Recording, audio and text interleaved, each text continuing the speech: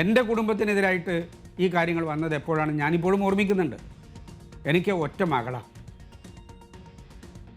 ഒരു മകളേ ഉള്ളൂ എനിക്ക്. എൻ്റെ ഭാര്യ പിന്നെ PSC എഴുതിയിട്ട് ഗസറ്റഡ് ഓഫീസർ റാങ്കിൽ ജോലിക്ക് കയറിയിട്ടുള്ള ഒരാൾ. അവളിന്ന് GSTയുടെ ജോയിൻറ്റ് കമ്മീഷണറായിട്ട് ജോലി ചെയ്യുന്ന ഒരാളാണ്.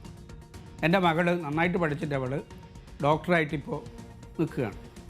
ആ മകളുടെ കല്യാണത്തിൻ്റെ ആലോചനകൾ നടക്കുന്ന സമയത്താണ് മാധ്യമങ്ങൾ നിറയെ ഇയാൾ ഫണ്ട് മോഷ്ടാവാണെന്ന് സ്ഥാപിക്കുന്ന രീതിയിലുള്ള വാർത്തകൾ സംഘടിതമായിട്ട് കൊടുത്തത്.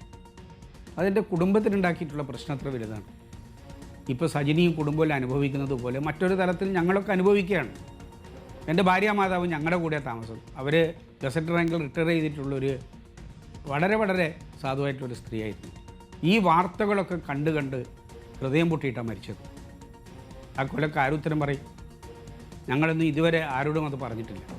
ഞങ്ങളെ കുടുംബം അനുഭവിച്ചിട്ടുള്ള വലിയ പ്രശ്നങ്ങളുണ്ട് ഈ സമൂഹത്തിൽ.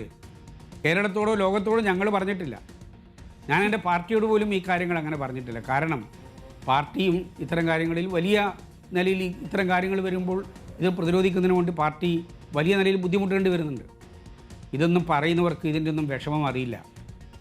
ഞങ്ങളൊക്കെ ജീവിതം മുഴുവനും കൊടുത്തത് ധനരാജ് കൊല്ലപ്പെടുന്ന ദിവസം, അതിനുശേഷം ഈ കേസിൻ്റെ കാര്യങ്ങളിൽ പയ്യന്നൂരിൽ പാർട്ടിക്കെതിരായിട്ട് വരുന്ന ഈ അതിക്രമങ്ങളെ ചെറുക്കുന്നതിന് ഒരർത്ഥത്തിൽ ഞങ്ങളൊക്കെ ജീവിതം കൊടുത്തിട്ട് എന്നെ പൊരുതിയുന്നത്.